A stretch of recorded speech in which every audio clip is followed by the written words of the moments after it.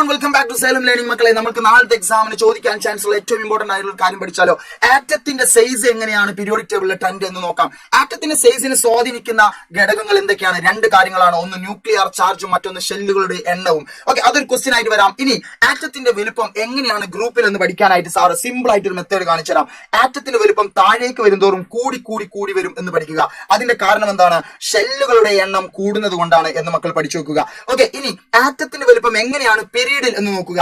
പീരീഡിൽ ഇടത്തു നിന്നും വലത്തോട്ട് പോകുന്തോറും ഷെല്ലുകളുടെ എണ്ണം സെയിം ആണെങ്കിൽ കൂടി ന്യൂക്ലിയർ ചാർജ് കൂടുന്നു.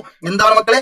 ന്യൂക്ലിയർ ചാർജ് കൂടുന്നതിനാൽ ആറ്റത്തിന്റെ വലുപ്പം കുറഞ്ഞു വരുന്നു. അപ്പോൾ ഇത് വെച്ചുകൊണ്ടുള്ള ക്വസ്റ്റ്യൻ നിർബന്ധമായിട്ടും എക്സാമിന് ഉണ്ടായിരിക്കും. ഇത് ഇങ്ങനെ ചോദിക്കുക എന്നുള്ളത് എങ്ങനെയാണ് ക്വസ്റ്റ്യൻ എന്നുള്ളത് ഇന്നത്തെ ലൈവിൽ നമ്മൾ കൃത്യമായി പറയുന്നുണ്ട്. എല്ലാവരും ലൈവിലേക്ക് വന്നാൽ നിങ്ങൾക്ക് ഇത് വെച്ചുള്ള ക്വസ്റ്റ്യൻ എങ്ങനെ ചെയ്യാമെന്ന് കിട്ടും. സോ എക്സാം എല്ലാവരും അടിച്ചു പൊളിച്ച് ഫുൾ മാർക്ക് നേടിക്കൊണ്ട് തന്നെ തിരിച്ചു വരിക. Okay, good bye.